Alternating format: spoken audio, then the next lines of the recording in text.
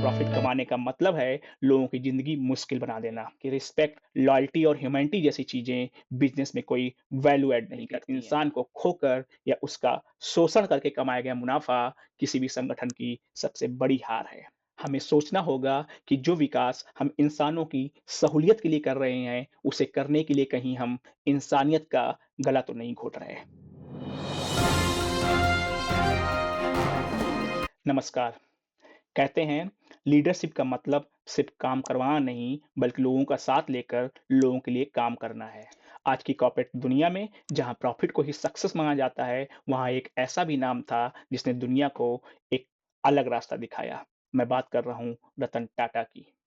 उन्होंने साबित किया कि प्रॉफिट और ह्यूमैनिटी एक साथ चल सकते हैं। उन्होंने दिखाया कि एम्प्लॉई सिर्फ रिसोर्स नहीं, इंसान होते हैं। उनके सक्रिय नेतृत्व के हटने के बाद बार-बार ये चर्चा उठती है कि आज भी उन वैल्यूज और एथिक्स को उतनी ही मजबूती से निभाया जा रहा है। अब जब वो इस दुनिया में नहीं है, उनके ना होने का फ़र्क कहीं न कहीं साफ दिखने लगा है। उनकी लीडरशिप फिलॉसफी सरल थी, success by the people and for the people. उन्होंने कभी नहीं माना कि प्रॉफिट कमाने का मतलब है लोगों की जिंदगी मुश्किल बना देना। लेकिन इसका मतलब ये भी नहीं था कि टाटा ग्रुप पीछे रह गया हो। टाटा ग्रुप उनके टाइम में दुनिया के सबसे रिस्पेक्टेड ग्रुप में शामिल हुआ। उन्होंने 50 प्लस कंट्रीज में ग्लोबल प्रेजेंस मजबूत की। टीसीएस को आईटी इंडस्ट्री का जायंट बनाया। Tata Motors, Tata steel, Tata chemical जैसी कंपनीज ग्लोबल बनी। बिजनेस विद ह्यूमैनिटी को एक बेंचमार्क बनाया। उनका संदेश हमेशा स्पष्ट रहा, वैल्यू और लोगों को प्राथमिकता देने से बिजनेस छोटा नहीं होता बल्कि लॉन्ग टर्म सफलता का रास्ता बनाता है।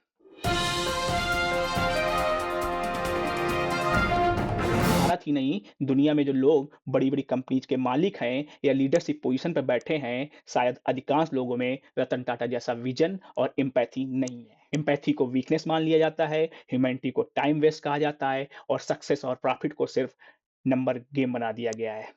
किसी की लाइफ कैसी चल रही है, कोई स्ट्रेस में है या नहीं है, ये सब इर्रिलेवेंट हो गया है। एम्प्लॉयी को इंसान नहीं, कमोडिटी की तरह उपयोग किया जाता है, डिमांड सप्लाई के हिसाब से।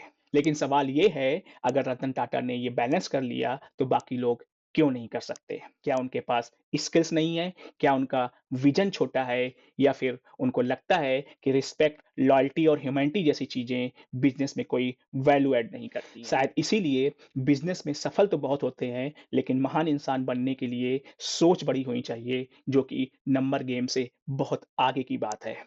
या फिर बात कुछ और ही है। कहीं ये कंपनीज स्ट्रेच आवर्स को क्लाइंट कमिटमेंट बोलकर, एम्प्लॉय सैक्रिफाइस को कंपनी नीड बोलकर, ले ऑफ को स्ट्रेटेजिक रिस्ट्रक्चरिंग बोलकर, हम लाइक अ प्लानिंग को मार्केट वोलेटिलिटी कहकर, पुअर लीडरशिप डिसीजंस को बिजनेस प्रायोरिटी शिफ्ट बोलकर या अनरियलिस्टिक एक्सपेक्टेशन को एजाइल माइंडसेट बोलकर अपनी और अपनी लीडरशिप की इनकॉम्पिटेंस को कवर करते हैं।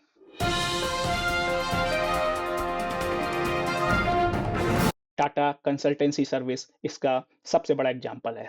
टीसीएस आज भी दुनिया की सबसे बड़ी आईटी कंपनी में से एक है। ग्लोबल प्रेजेंस 50 प्लस कंट्रीज में, 6 लाख से ज़्यादा एम्प्लॉई और दुनिया भर में बिलियन डॉलर्स के क्लाइंट। और ये सब उस मॉडल पर खड़ा है जिसकी फाउंडेशन रतन टाटा ने रखी, पीपल फर्स्ट।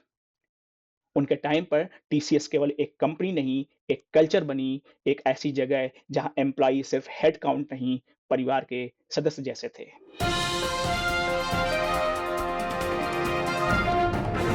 आज कंपनी में क्या होता है? प्रेशर, ओवरवर्क, ले ऑफ का फियर, टारगेट, लोगों को रिप्लेसमेंट रिसोर्स समझना। लीडरशिप का मतलब अक्सर केवल नंबर्स डिलीवर करना मान लिया गया है। हर इंसान चाहता है एक अच्छी लाइफ हो, फैमिली के साथ टाइम स्पेंड करे, पीस ऑफ माइंड हो, हेल्थ और हैप्पीनेस जैसी चीजों पे फोकस हो। फिर क्यों हम एक ऐसी कॉर्पोरेट दुनिया क्रिएट कर रहे हैं जहां लोग स्ट्रेस, बर्नआउट या फियर में जीते हैं?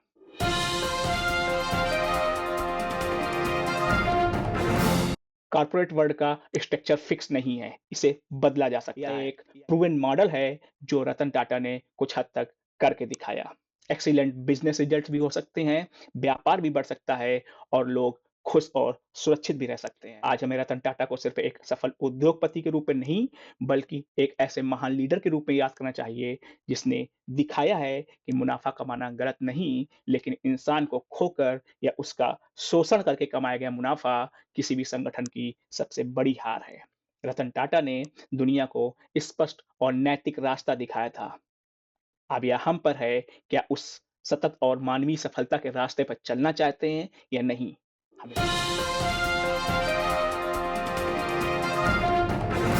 हमें सोचना होगा कि जो विकास हम इंसानों की सहूलियत के लिए कर रहे हैं, उसे करने के लिए कहीं हम इंसानियत का गला तो नहीं घोट रहे हैं।